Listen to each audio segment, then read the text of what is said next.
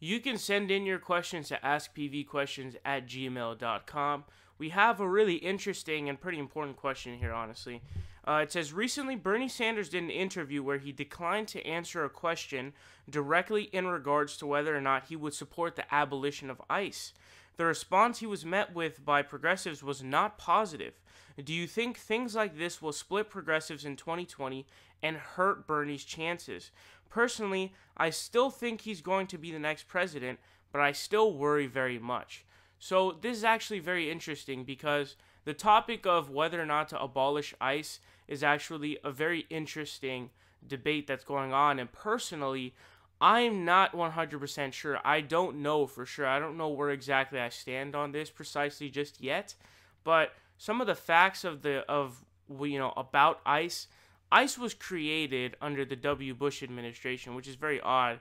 It was created right after 9/11, so it was one of the things where it's to like promote safety and to bring safety to the country after 9/11 happened, which is super random because now you're talking about, how you're affecting undocumented immigrants and, illegal immigrants, and it's sort of odd, you know what I mean? It's sort of odd, and it's just weird. It's just weird because those two aren't really compatible. And at that time, there was massive, I repeat, massive bipartisan support for most things. But to interject something here, Bernie Sanders was at the time a representative, and he voted no. Here's a shock. Nancy Pelosi actually voted yes. Hillary Clinton, however, voted yes. So Nancy Pelosi and Bernie Sanders both voting no, but Hillary Clinton voting yes. That's super odd. I did not expect Nancy Pelosi to have been a no. So when you're talking about it like that, it's almost like, yeah, it's a surefire, fuck ICE, let's abolish it. But it has become a huge topic of contention among the left, especially the deep left. So most notably, Cynthia Nixon, who's a candidate for governor in New York, she actually said straight out, let's abolish ICE. She might be the biggest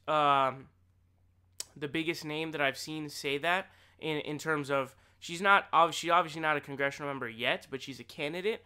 So I think that I would say she's probably the biggest. I think Bernie Sanders outright said we shouldn't abolish ICE, but he has tried to get some reforms and he wants to reform it. And a lot of lefties were pissed. But I will interject this as well.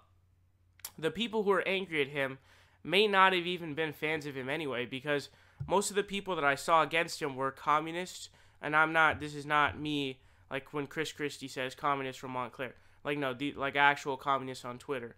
And I don't think they're really supporting Bernie Sanders either, because to them, Bernie Sanders is a filthy capitalist, so they don't really like him anyway. So is this going to bring some kind of, hard-hitting, shit for Bernie Sanders? No, it's not going to bring anything, okay?